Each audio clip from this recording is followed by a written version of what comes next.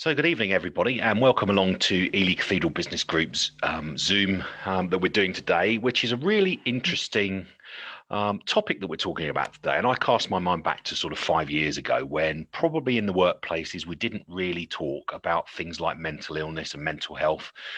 It was all a bit swept under the carpet. And today's guest is somebody who's got a topic that's very, very similar to that. It's not something that we're used to talking about. We're certainly not used to talking about domestic abuse and domestic violence in the workplace. But our guest, Sharon, from Kameo Recruitment, is here to talk to us exactly about that. So welcome, Sharon.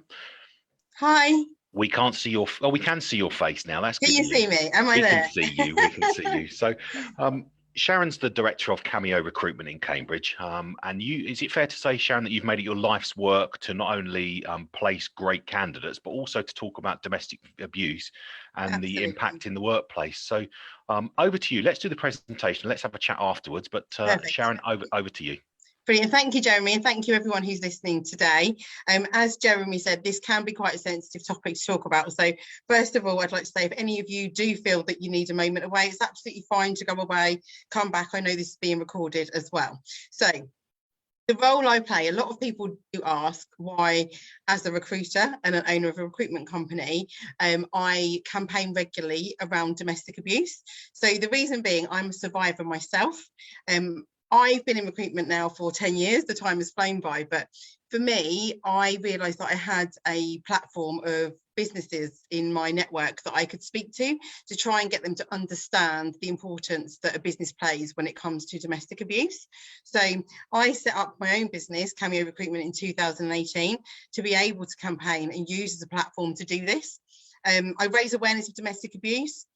And I actively do webinars, seminars when we can, and speak to survivors, victims, and help where I can in the local community. So I'm also an active campaigner and ambassador for the Employers Initiative on Domestic Abuse and the DA Alliance, both of which are set up to help businesses. So the Employers Initiative on Domestic Abuse I will talk about a little bit more, and the Domestic Abuse Alliance produced an app called the We Protect app, which businesses can use to signpost their employees to if they need free legal support. So obviously, being a survivor myself, I found it really hard at first to tell people what it feels like when you are a victim. And I've had a lot of training around domestic abuse. And this quote here, I'm going to read to you. It really resonated with me, and I feel like it best describes my situation. So the process of domestic abuse. What I remember most about emotional abuse is that it's like being put in a box. How you end up in there is the biggest trick. Maybe you think it's a treasure box at first. You're in there because you're special. Soon the box starts to shrink. Every time you touch the edges, there is an argument. So you try to make yourself fit. You curl up, become smaller, quieter, remove the offensive parts of your personality. You eliminate people and interests and change your behaviour. But still the box gets smaller and you think it's your fault. So for me, this really did resonate, and I find it easier to explain how it feels. So this is quite useful if you are trying to understand what a victim goes through. So what I do today, we're going to have a few examples from a presentation that I give. I do give a full presentation which is longer to businesses directly, and we run webinars as well, but I want to talk about a little bit of the things that we do cover.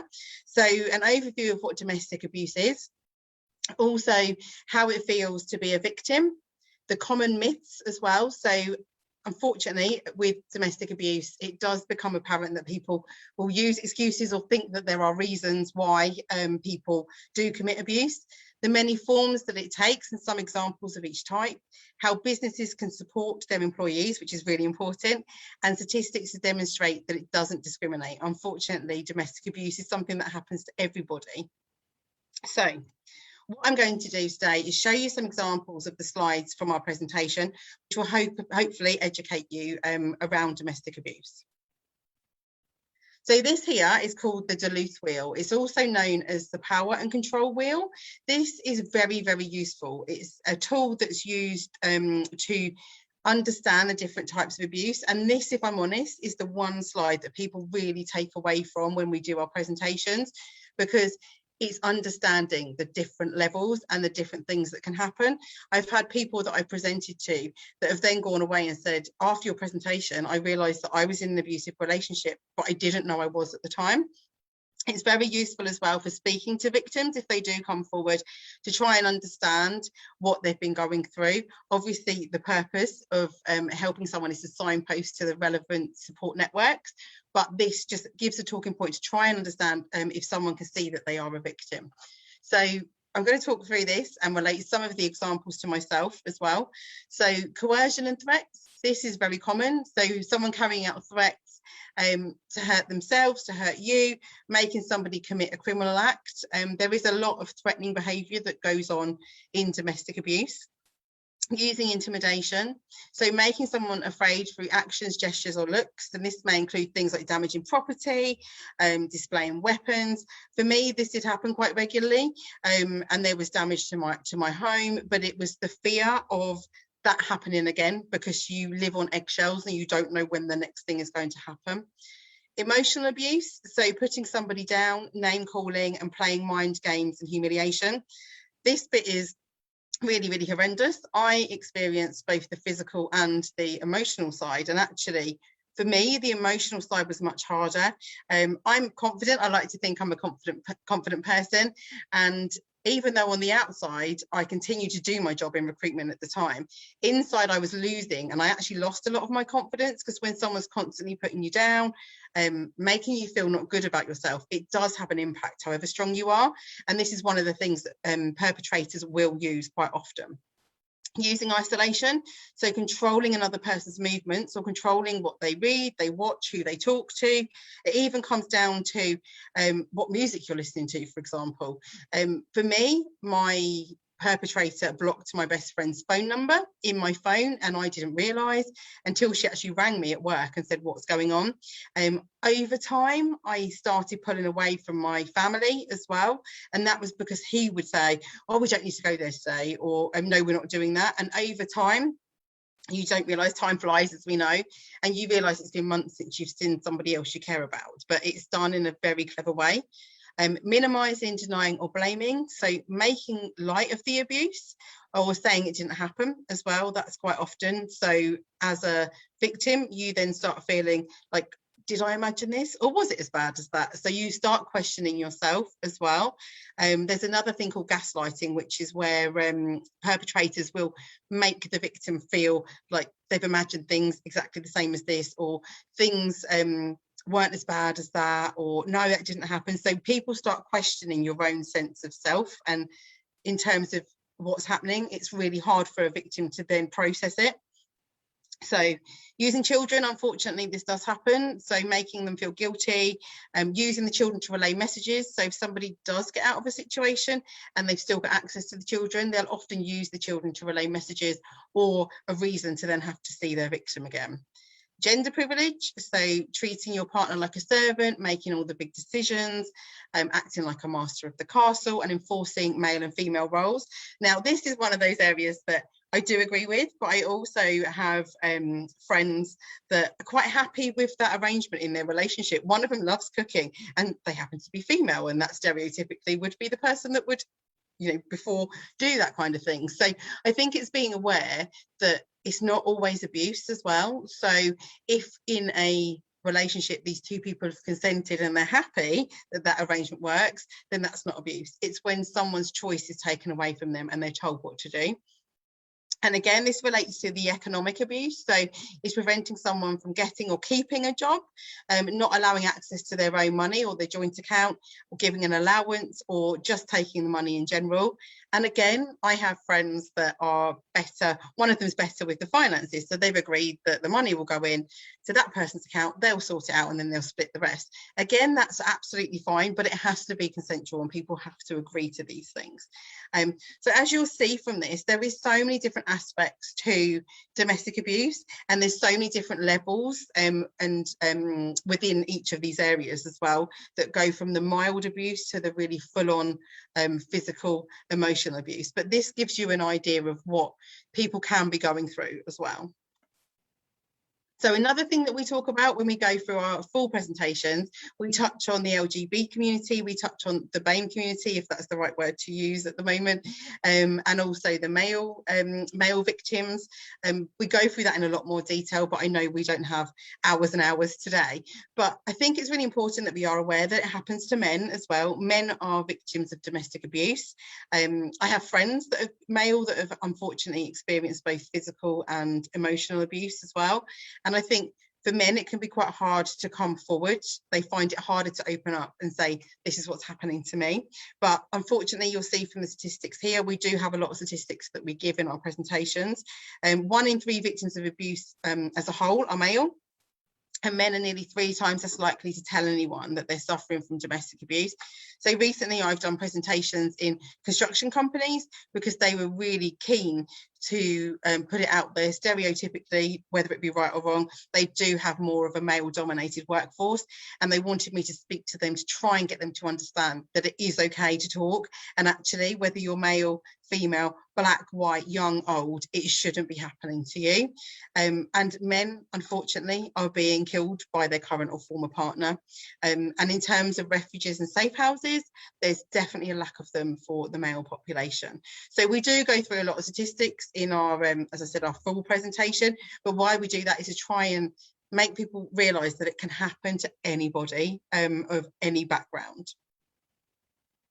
So COVID, unfortunately, COVID, as we know, has had a big impact on many areas, and actually it's now created a pandemic within the pandemic for domestic abuse.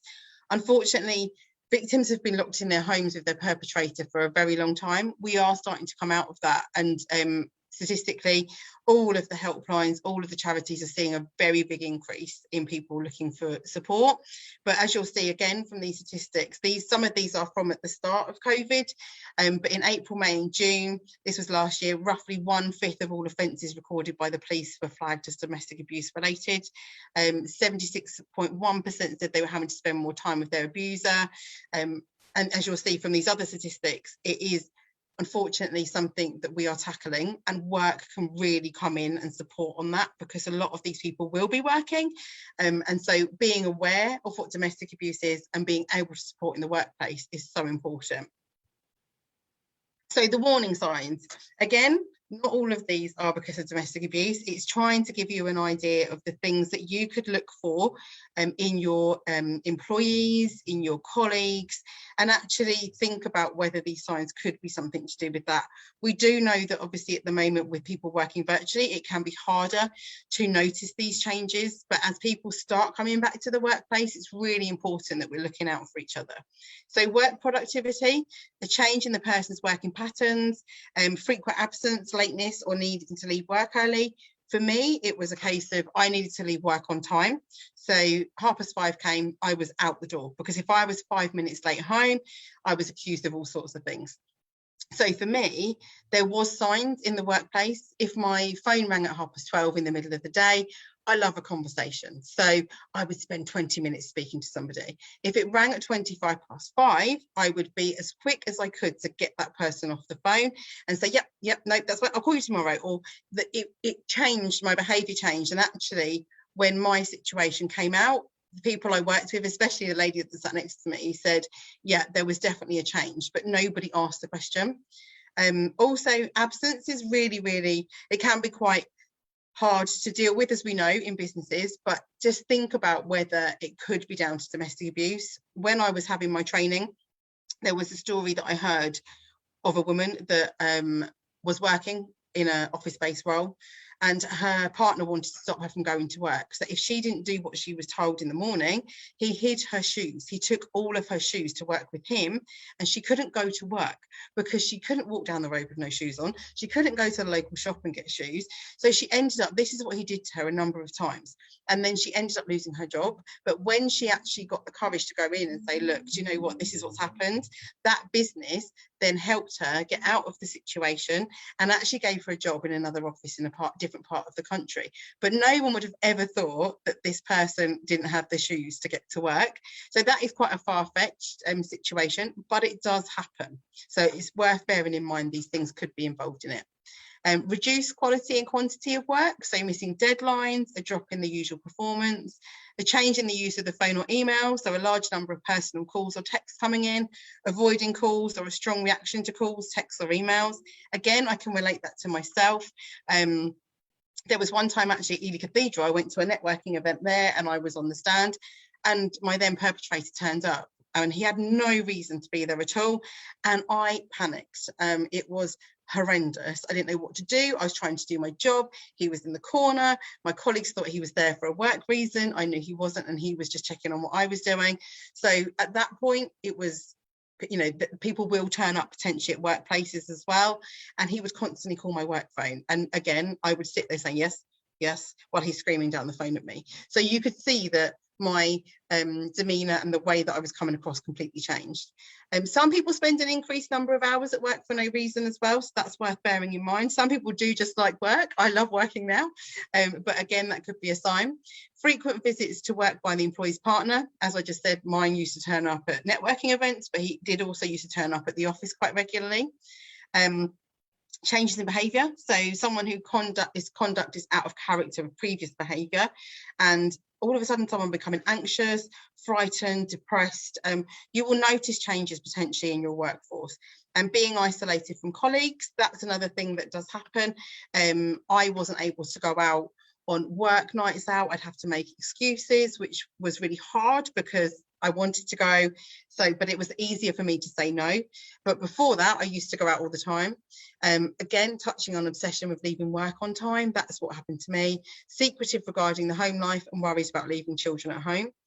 Obviously, we move on to physical indicators. Now, if someone comes in with a black eye, obviously someone's going to say to them, what happened to you? But perpetrators are clever.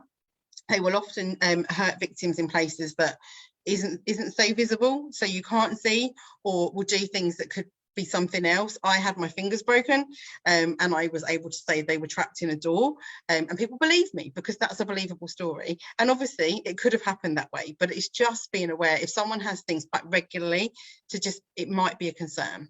A change in the pattern or amount of makeup used. So again, makeup is a very easy thing to use to cover any signs. And also a change in the manner of dress. So for example, we all can see it's sunny out there today. I can't imagine any one of us is sitting there with a scarf on and a jacket and loads of layers. Obviously some people do. But if someone comes in and everyone in the office is in a blouse or a short sleeve shirt and someone comes in fully covered, it might just be a reason that they're covering something up. Substance use or misuse and fatigue and sleep disorders can also be part of it. My perpetrator used to try and stop me from sleeping, so he constantly wake me up because he knew that I'm someone that needs my sleep. So I would be very, very tired.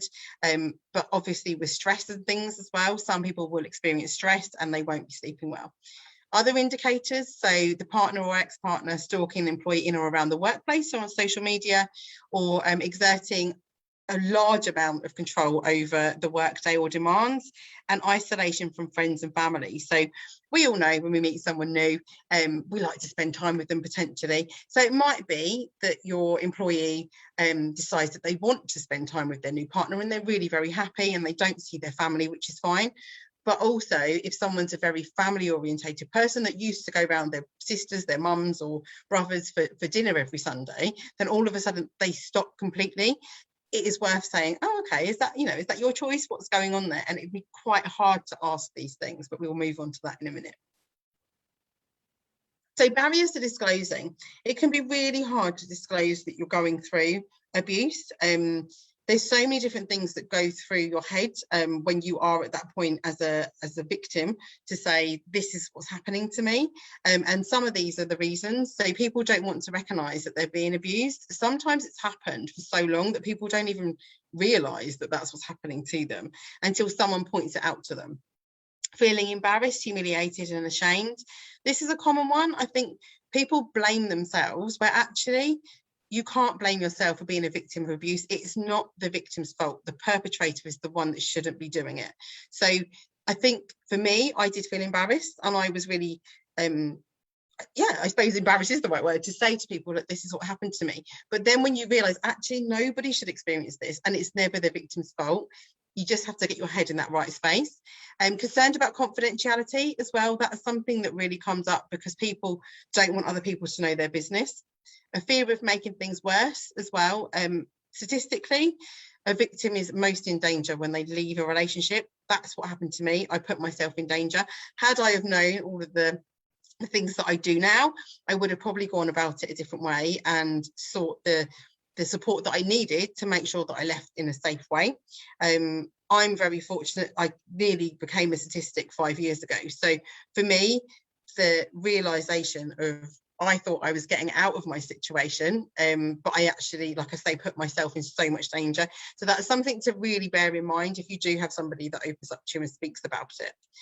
The fear of the impact on their standing. So again, as we said, it doesn't discriminate. So there could be people that are very well respected in the local community. It could be that it's a business owner or someone who does have, without sounding wrong, some kind of power or situation in their local community as well.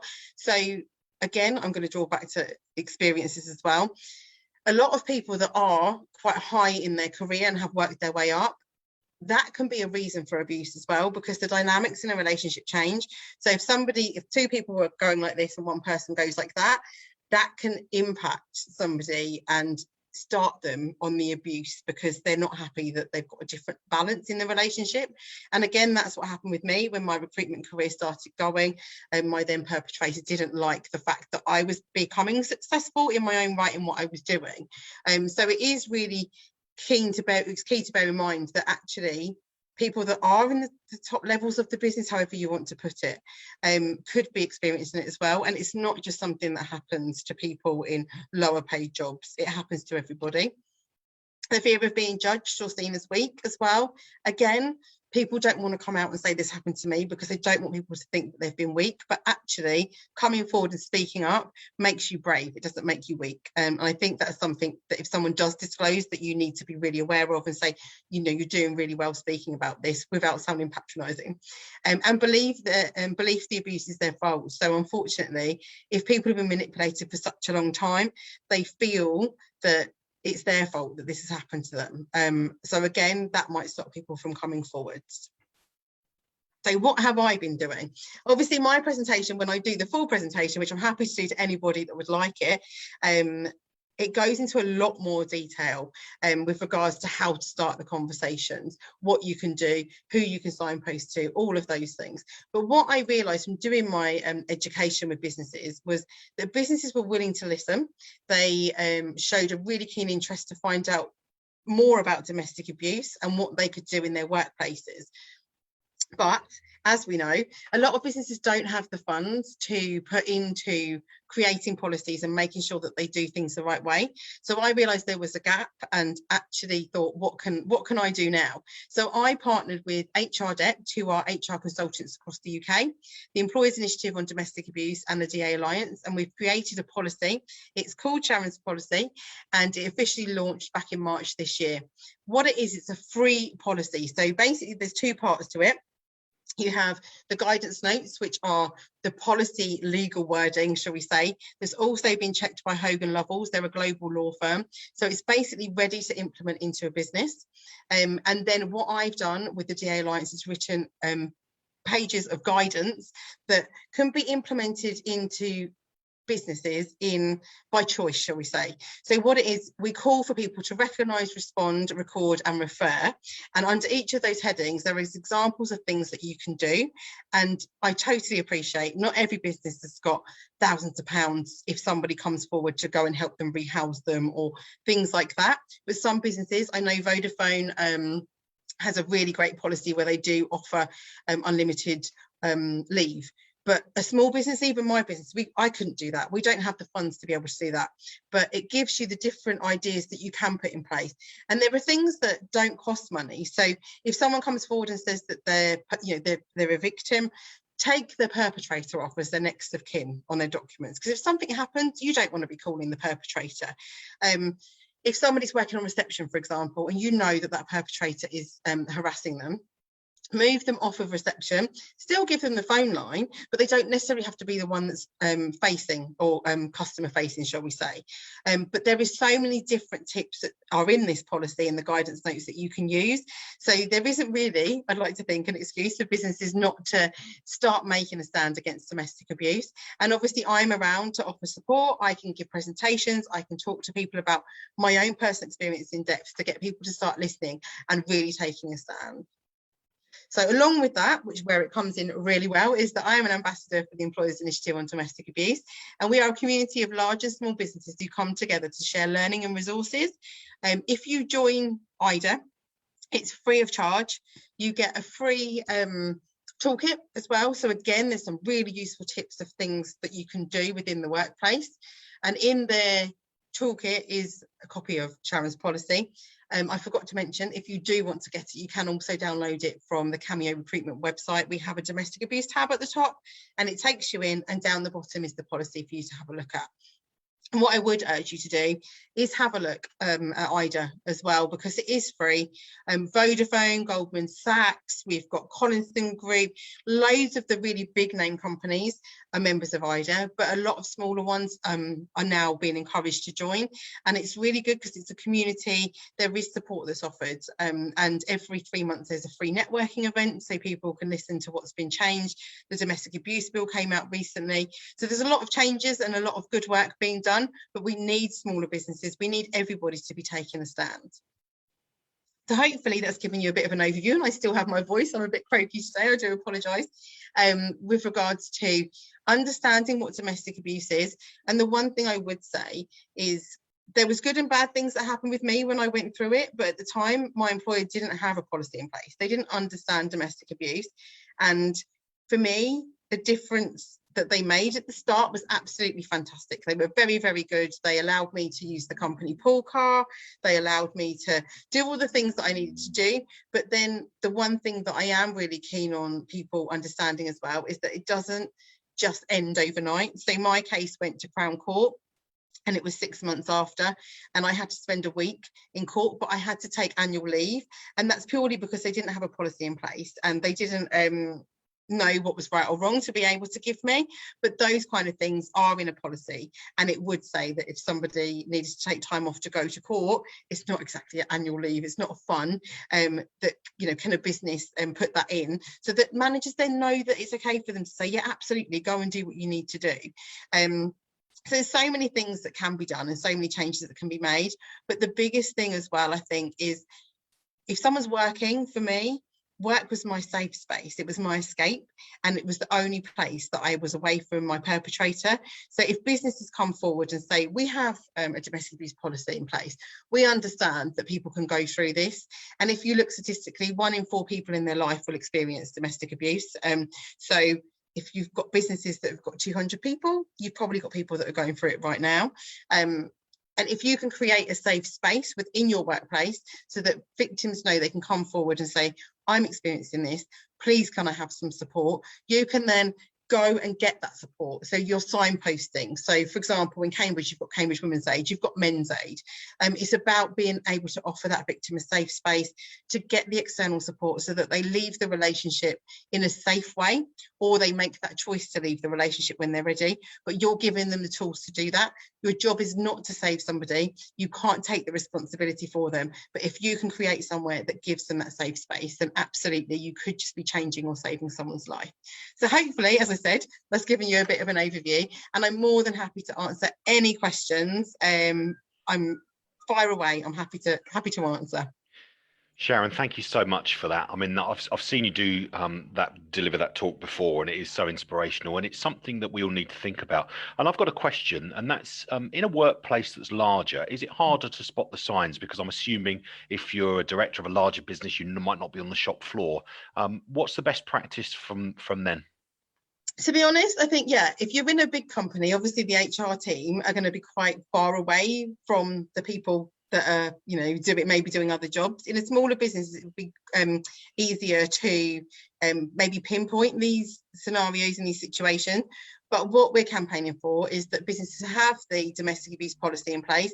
They then have training as well, so HR Dept can do training with the businesses, but it's not just the HR team that are trained, it's not just the HR team that are exposed to this, it is fielded out across the whole of the business, so that managers are aware. And actually, in my situation, it wasn't the managers, it was my colleagues that noticed and said afterwards, we noticed there was something going on. So I think it's so important that every single level of the business is involved in this, and every single level of the business knows what the signposting would be. Obviously, managers are probably going to be the ones that get involved first of all, and if there is HR, then yes, they will be brought into it. But being able to know what those steps are is what I think a lot of businesses are missing at the moment. Yeah, so a couple of questions have been submitted, Sharon. So the first is, how best should you speak to an employee? So if you recognise this is happening within your organisation, what's best practice? How should you bring the conversation up? Absolutely. This is a question I get asked all the time, and it can be a really hard situation to be in, if I'm honest, because human nature, we want to help each other, but we don't want to pry into someone's private life. But domestic abuse is everyone's business, and if you think that somebody is experiencing it, then it's okay to ask. We campaign around mental health now and say, keep asking someone if they're okay. Don't just ask once, and it's exactly the same. So the one thing I would say is make sure you're in a quiet place, or a place that's not everyone else around. Don't walk in the office and shout out in front of 5 people, oh, do you know what, you're not quite yourself at the moment, what's going on? Because that person is not going to answer. Maybe when they go to get a coffee or something like that, just say, I've noticed that you're not quite yourself, or I just want to check that everything is okay, because then people may start just realizing that actually someone is there and wants to listen. Statistically, again, people go through around approximately 17 episodes of abuse before they'll start wanting to get support and talk. So you could ask this again and again and again, but eventually I think it's more so knowing that somebody is there for you when you're ready to talk. So you can never make somebody talk, but if you can create a safe space, a quiet place, and be led by them as well. Don't push them to tell you everything in one go. They might just say, yes, I'm experiencing abuse, but I'm not sure what I want to do at the moment. Okay, thank you for telling me. I really appreciate the fact that you've come forward and you've opened up to me. What would you like me to do? Because the worst thing you can do is take the control, because if you imagine someone's had their life controlled for so long, if you then turn around to them and say, you are now going to do this, that victim is going to go, hold on a minute, there's someone else telling me what to do. So it's about being a support and actually being led by them, but signposting them. And I can't emphasize enough, it's about signposting them to the right people there. And there are so many people that can support them. As an employer, can I ask without fear of making it worse? Is another question that's been submitted, Sharon. How would you deal with that one? So you're the employer and you're asking a victim without making their situation worse? Yes, yeah. It's one of those, isn't it? I mean, the thing is, you can ask the question and that person may not even respond to it or say, actually, everything's fine, and they will never open up. If I'm honest, again, as I said, I put myself in a situation where when I left the relationship was when I put myself in danger.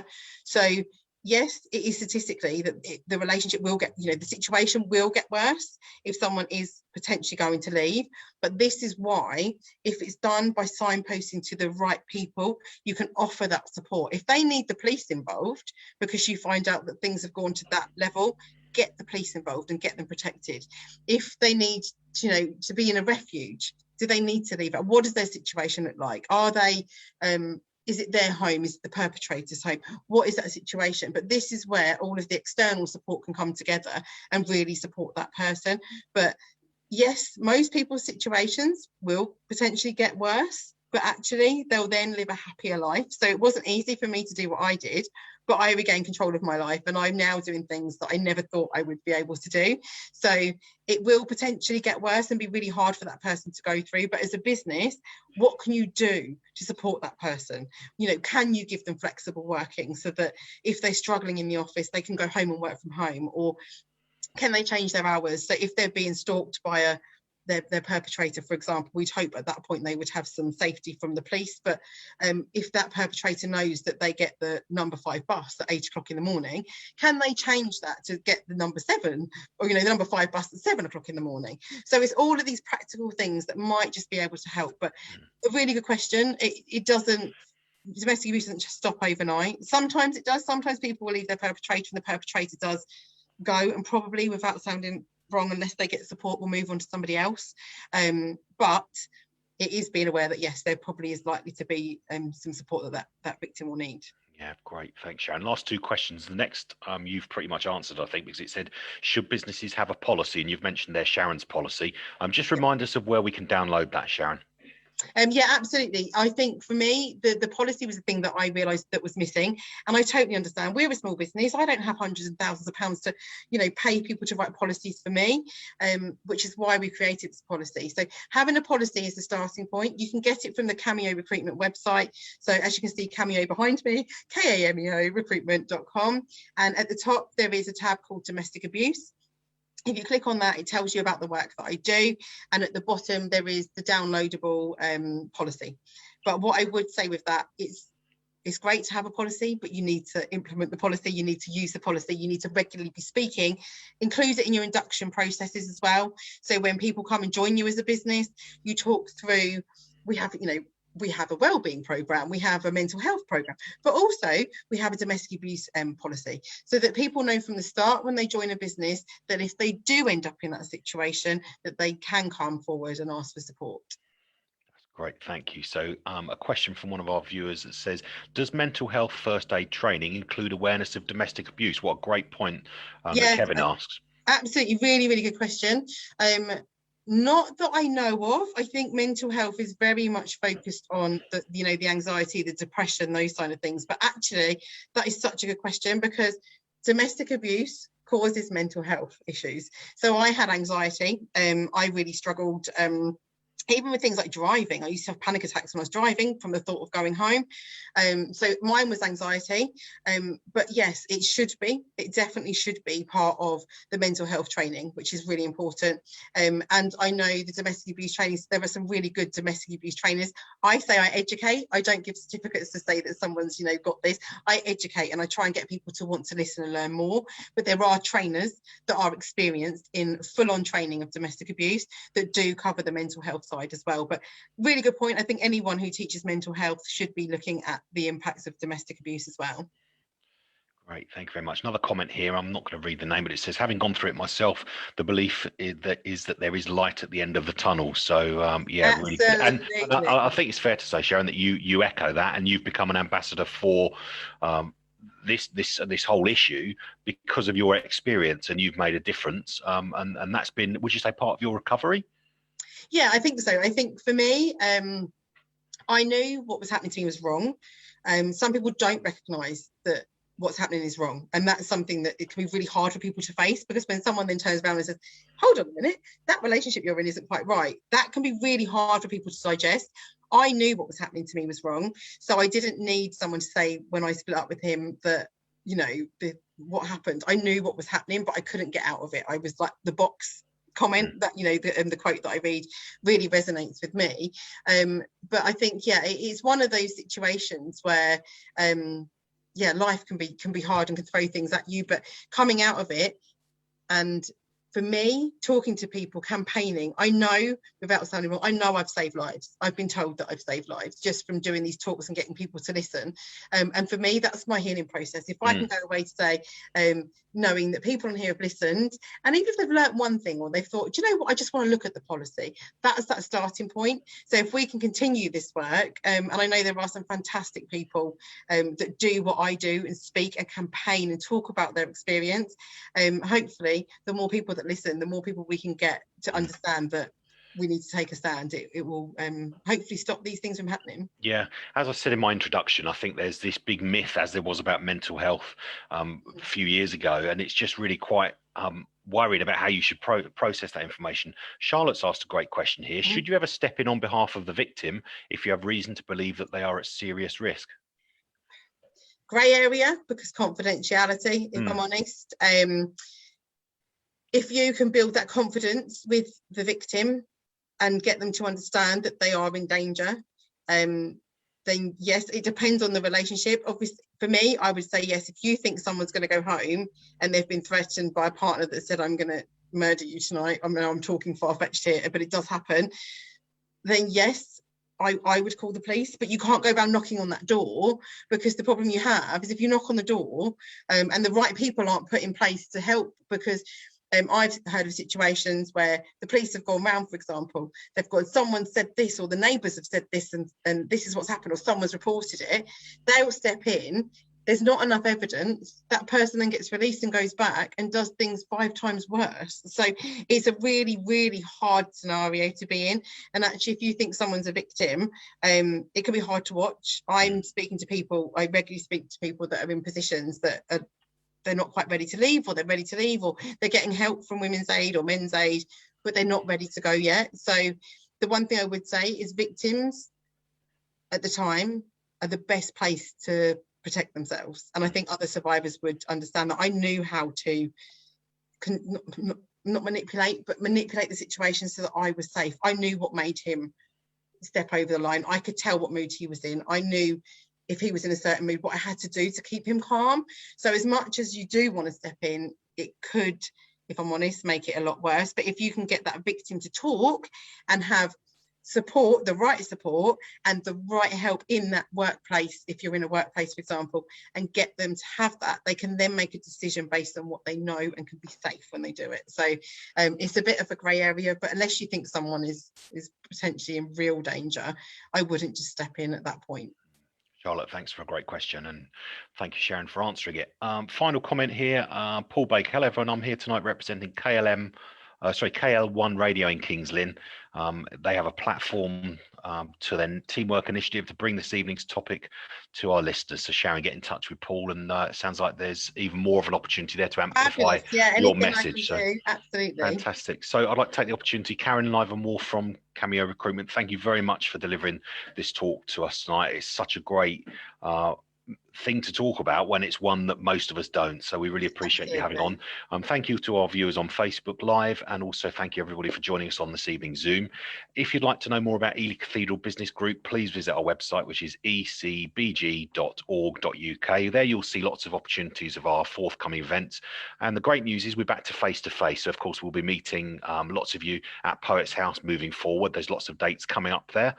Please look out for that. And also, if you'd like to join our mailing list where you can receive emails about events like this evening, please do sign up for that newsletter on the website. And also, if you think you've signed up previously, please double check, because we did lose a number of people recently due to some data changes. But that's all from us. Thank you again to Sharon, and thanks everybody for taking part in this evening's webinar, and we'll see you all very soon. Take care. Thank you again. Thank you. Thanks for having me. Bye-bye. Bye.